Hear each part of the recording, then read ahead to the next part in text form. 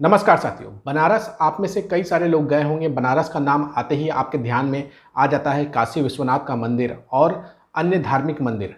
बनारस को धार्मिक नगरी भी कहा जाता है और बनारस जो है मशहूर है अपनी गलियों की वजह से। अगर आप उनकी गलियों में घुस जाइए तो वहाँ के पकवान की खुशबू आपका मन मोह लेगी और आप बिना खाए रह नहीं पाएंगे। लेकिन इसी बीच एक बड़ी खबर अंधभक्तों के लिए आ रही है और अंधभक्तों तक ये जरूर वीडियो पहुंचाइएगा, खासतौर से बनारस के अंधभक्तों तक जो भगवान की भक्ति में कम लीन है, मोदी और योगी भक्ति में सबसे ज़्यादा लीन है, उन तक ये वीडियो जरूर पहुंचाइएगा। खबर ये आ रही है कि बनारस के काशी विश्वनाथ मंदिर में चढ़ने वाले जो प्रसाद वहाँ के जो लोकल हलवाई बनाया करते थे, अब बनारस के लोकल हलवाइयों की मिठाइयाँ परोसी नहीं जाएगी काशी विश्वनाथ मंदिर में, बल्कि गुजरात की एक कंपनी के द्वारा बनाया गया मिठाइयाँ परोसी जाएगी काशी विश्वनाथ मंदिर में। तो ये मोदी भक्तों और अंधभक्तों के लिए बहुत ही ज़बरदस्त खबर है।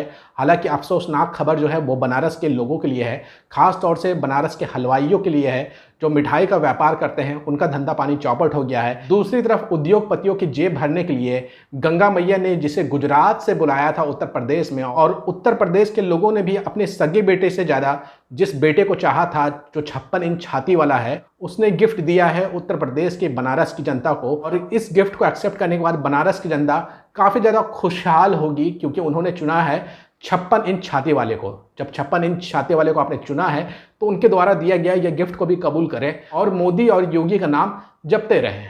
अगर आप बनारस गए होंगे और बनारस में अगर आपने एक बार गलती से भी अगर लौंग लत्ता खा लिया होगा तो उसके स्वाद को आप भूल नहीं पाए होंगे। बनारस की गलियों में जा करके आप एक बार वहाँ का एक मशहूर पकवान जो कि केवल बनारस के अंदर ही मिलता है, जिसका नाम मलइयो है, ठंडी के सीज़न में अगर आप जा कर के वो खा लें तो आप बिल्कुल उसके स्वाद को भूल नहीं पाइएगा।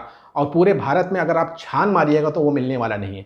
इसके अलावा बनारस का लाल पेड़ा का स्वाद अपने आप में ही बहुत ही ज़्यादा स्वादिष्ट होता है और लोग उसको काफ़ी ज़्यादा पसंद करते हैं। बनारसी लड्डू एक बार आप खा लें तो आप उसके स्वाद को भूल नहीं पाएंगे। लेकिन इन सब बातों का अब कोई खास महत्व नहीं रहा, क्योंकि काशी विश्वनाथ मंदिर के ट्रस्ट ने फैसला लिया है कि अब काशी विश्वनाथ के मंदिर में जो प्रसाद चढ़ाया जाएगा वो बनारस का नहीं होगा। बनारस के लोकल हलवाइयों के द्वारा बनाए गए उनकी मिठाइयाँ, उनकी लड्डुएँ नहीं होंगी, बल्कि गुजरात के अमूल कंपनी के द्वारा बनाए गए लड्डू होगा। और ऐसा क्यों किया है काशी विश्वनाथ ट्रस्ट ने, इसको आप इसी तरीके से समझ सकते हैं कि बनारस के लोगों को 56 इंच छाती वाला विश्व गुरु मोदी जी मिले हैं और मोदी जी गुजरात से आते हैं। और आप सब जानते हैं मोदी जी का गुजरात के प्रति कितना ज़्यादा वफादारी है।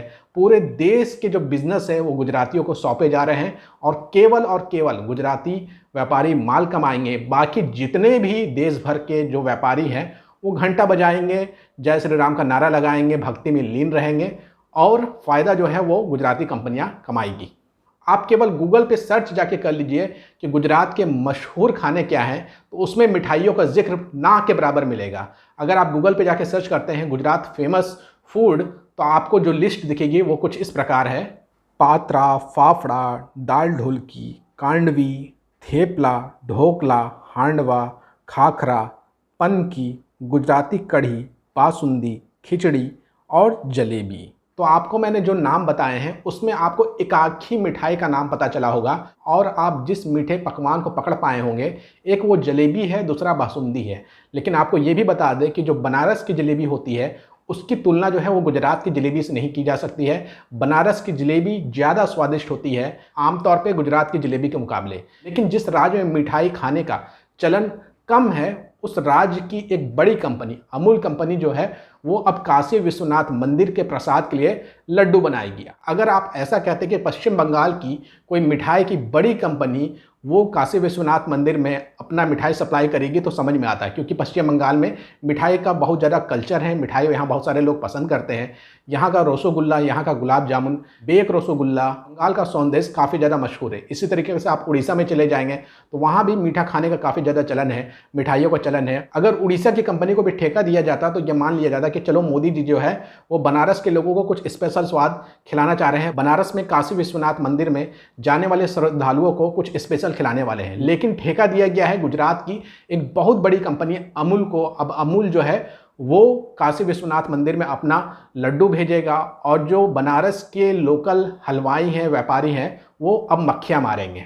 और यही नहीं, आपको ये भी बता दें कि जो गुजरात की अमूल कंपनी लड्डू देगी उसकी कीमत 120 रुपये होगी। 200 ग्राम के लड्डू की पहली कीमत जो है वो केवल 100 रुपया हुआ करती थी। लेकिन जैसे ही काशी विश्वनाथ मंदिर ट्रस्ट ने यह फैसला लिया कि अमूल कंपनी का लड्डू अब उनके प्रसाद में जाएगा, तुरंत उन्होंने रेट बढ़ा दिया और अब 120 रुपये में 200 ग्राम के लड्डू जाएंगे। इसी बात से भक्तों को खुशियां मनानी चाहिए कि वहाँ का जो लोकल रोजगार था वो घट गया है और फ़ायदा जो कमाएंगे वो गुजराती कंपनी कमाएंगे। लेकिन अंधभक्तों को परेशान होने की ज़रूरत नहीं है।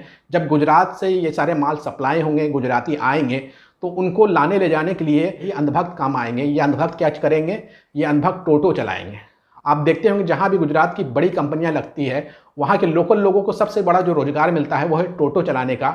यह अंधभक्त अब टोटो चलाएंगे। जो हजारों सालों से मिठाइयाँ बना रहे थे, शुद्ध मिठाइयाँ बना रहे थे, अब वो जो है अपना धंधा पानी बंद करके टोटो चलाएंगे और भक्तों को लाने ले जाने का काम करेंगे। आप कैसे देखते हैं इस खबर को? कमेंट करके अपनी राय जरूर दीजिएगा और इस वीडियो को ज़्यादा से ज़्यादा शेयर करिएगा।